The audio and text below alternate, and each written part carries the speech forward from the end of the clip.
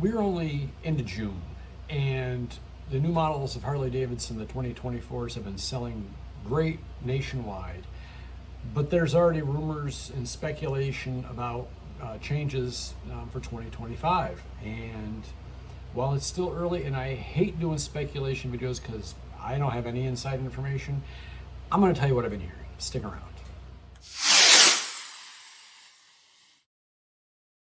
Hey everyone, welcome back to Bob's Garage. If this happens to be your first time here, give the video a thumbs up, share it with your friends, subscribe, all that. And before I get into the topic, I did want to let you know that I'm an affiliate with First Manufacturing. Everyone knows that if you're looking for a motorcycle vest, First Manufacturing, pretty much the best on the market. They really are.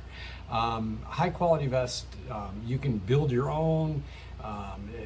They have their website there's so much information on there. It's awesome. You can get a vest exactly the way you like it. And if you click on the link that is in the description of this video, you will receive 25% off your purchase.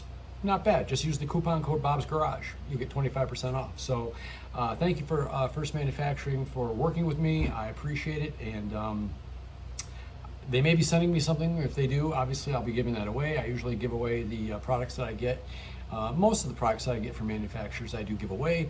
So if I do happen to get something, there may be a giveaway coming up. So let's talk about the 2024 Harley Davidson, the new touring models that have come out. They've been selling very well. I know the dealerships around here, Speedway, Harley Davidson, and Concord, they're selling a ton of them.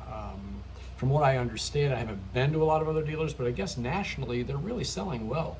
So, and why wouldn't they? They're great motorcycles. There have been some complaints. I mean, if you've watched videos, a lot of folks are saying that the sound system is no good, that it's not even as loud as the old one, which I have not tried it out. And I did test ride. I did a video a few months ago where I did a test ride on the CVO-ST.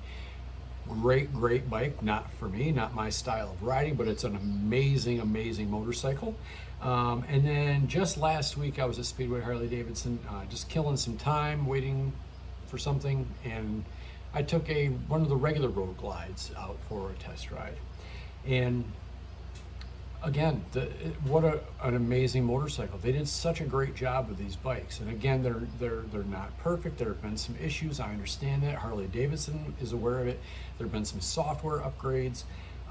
But man, it handled well. The throttle response, especially in sport mode, oh my gosh, sport mode, wow. Even in just the regular bike, it really, you can definitely feel the difference. But the handling was great. The suspension, wow. There's no need to upgrade the suspension on this bike. There isn't. The one road that I went down on the test ride was really bumpy. And anytime I go down on my current motorcycle, it's crazy. This bike just ate up those bumps, man. It was really a noticeable difference. So great suspension, great handling, great power. They did a really fine job. Now there are a few areas that,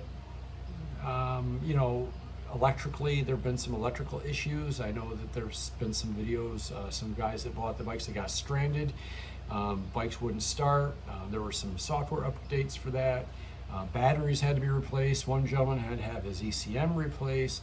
This is stuff that it's typical for when a new bike comes out. And everybody says, well, the Road Glide and Street Glide, they've been out for years. But it pretty much is electrically, from all the wire harnesses, everything is brand new on this bike. So there's going to be some bugs to work out. And kudos to Harley for taking care of these and making sure that their owners are taken care of and that they're satisfied. So I expect to see some changes in 2025 to rectify these issues.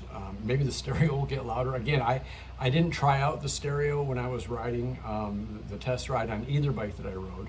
I just wanted to pay attention to the ride, the suspension, the handling. I wanted to focus on that, not the music.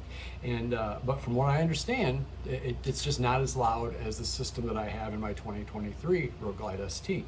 And I don't listen to that a lot either, and for the most part, a lot of folks, they upgrade their stereos anyway. So for me, it's not a big deal. But for you, if music is important to you while you ride, I love music, but while I ride, it's okay. I can take it or leave it. But I think you'll see, hopefully, some changes. Now, my biggest complaint, they lowered the price on the 2024s, they eliminated the special model, but if you equip a bike comparable to what a special was, the price is lower. I get that. There's a few fit and finish items. One primarily that sticks out that I just have a hard time with, and that is the interfering on the new Road Glide and the Street Glide is that matte black plastic, cheap looking garbage. It looks terrible. Now, it used to be, if you bought a special, that was gloss black, and it looked so much nicer. It was just a richer look. It just looked higher quality, to be honest with you. It really looked, it finished it looked great. And so I'm hoping, and again, I don't have any sources. I don't know anybody that works for Harley Davidson.